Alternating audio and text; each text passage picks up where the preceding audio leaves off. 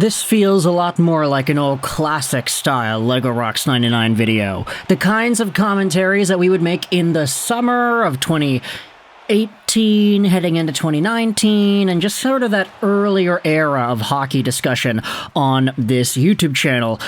Kinda ridiculous to think about how we've been doing this for 6 damn years straight, not including the 16-17 season where we didn't really make too many videos about Vancouver hockey, but this is a commentary about how good things are going to get.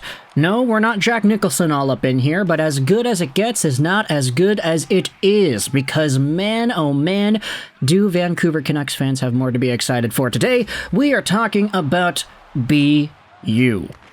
And as always, this show is brought to you by ExpressVPN. Go out there and check out the first link in the description to save some money on your VPN, get some free months, and support this YouTube channel all in the process.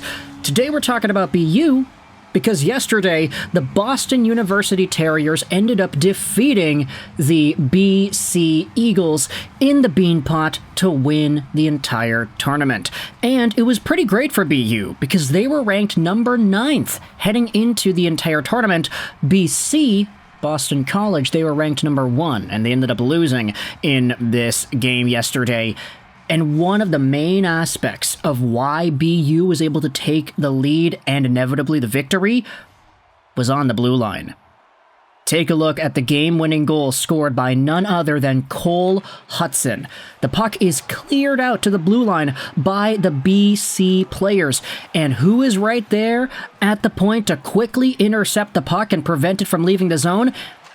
It's none other than Tom Willander, Vancouver Canucks defenseman prospect and first-round pick from the 2023 NHL Entry Draft, who picks the puck up, walks right in, and throws a laser of a pass cross-ice to Cole Hudson, who then fires it into the goal for the 2-1 lead. BU eventually wins the Beanpot, and one Tom Willander is seen as one of the better players on the entire team. This is the underdog. This is the underrated part of Vancouver hockey, because when you think about what exactly it is Tom Willander has done this season, what he did at the World Juniors, how he has looked, you're not going to get too impressed by just the raw, hard point production.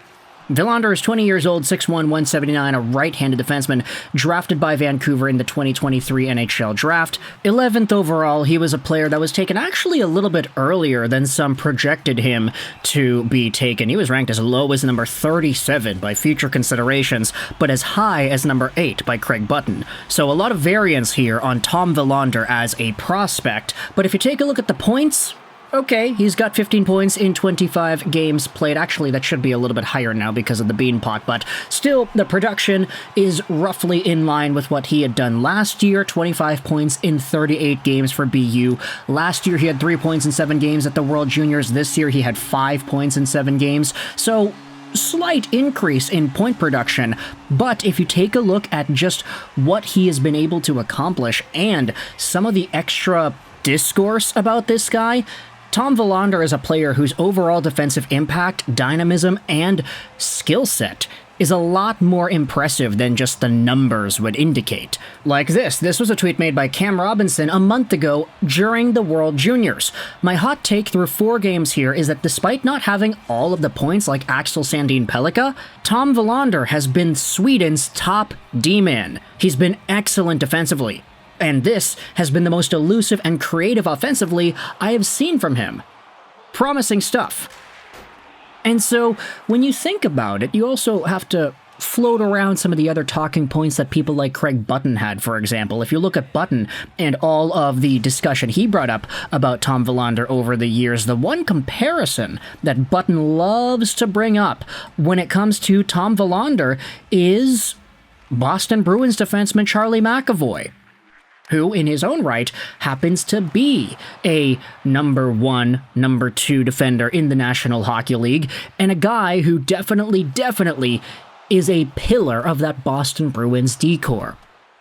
Willander might not necessarily have the most point production when he maxes out at the NHL level. Maybe he gets 40, 50 points a year. Maybe he gets a little bit less than that. But if everything works out, you are looking at a player who can be played in all situations, who can be sort of a mix between the Phil Hroneks and the Marcus Petterssons in terms of his defensive acumen and his dynamism up front. This is what Button said about Willander back when he was drafted. My comparable for him is Charlie McAvoy. His development at BU has been significant.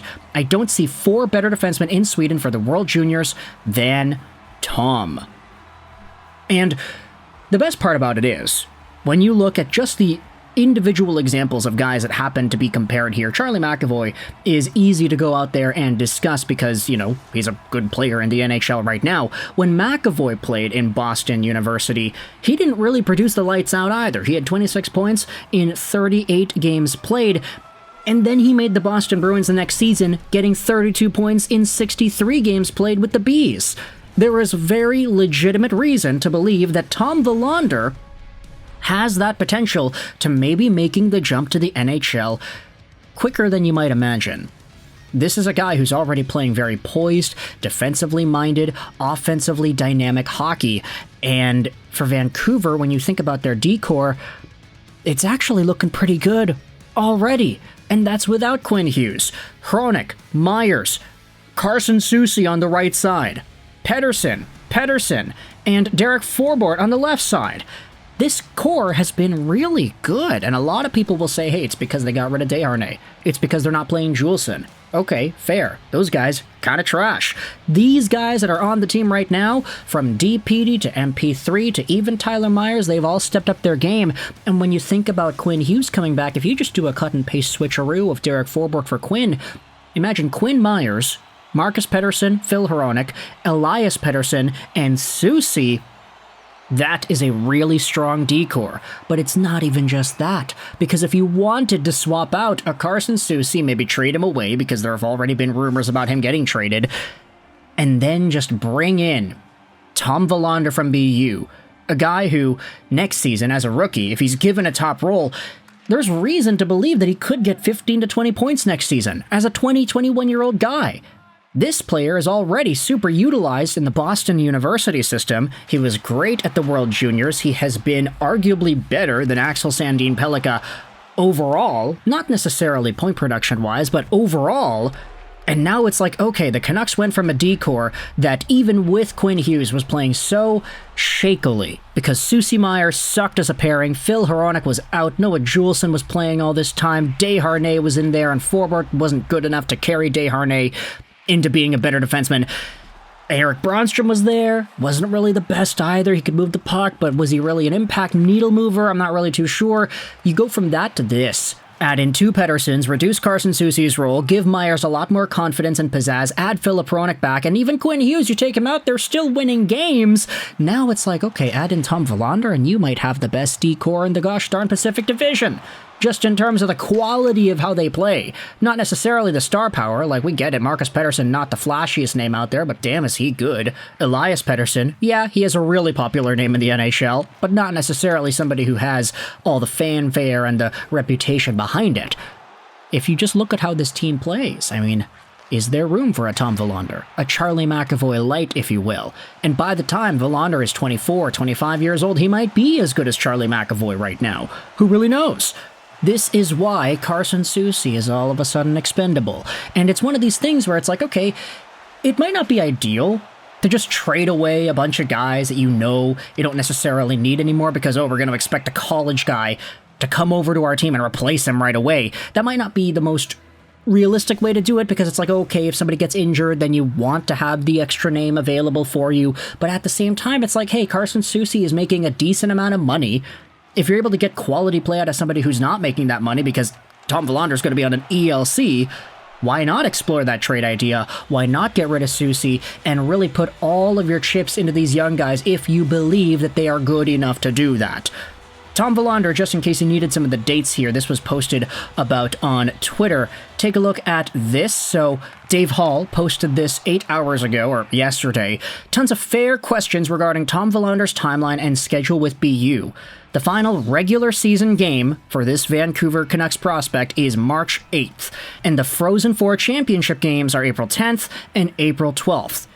The answer for Willander lies somewhere within these timeframes, but the latest he'll go this season is April 12th. And that's assuming he signs. There's already been reports that the Canucks want to sign this guy. We'll wait and see, but for now, it seems like when it comes to Vancouver defense, oh boy, the best is yet to come. The less I know, the better. Let me know your thoughts in the comment section below about Tom Willander. I hope you enjoyed this Vrishashroll 99, and bye.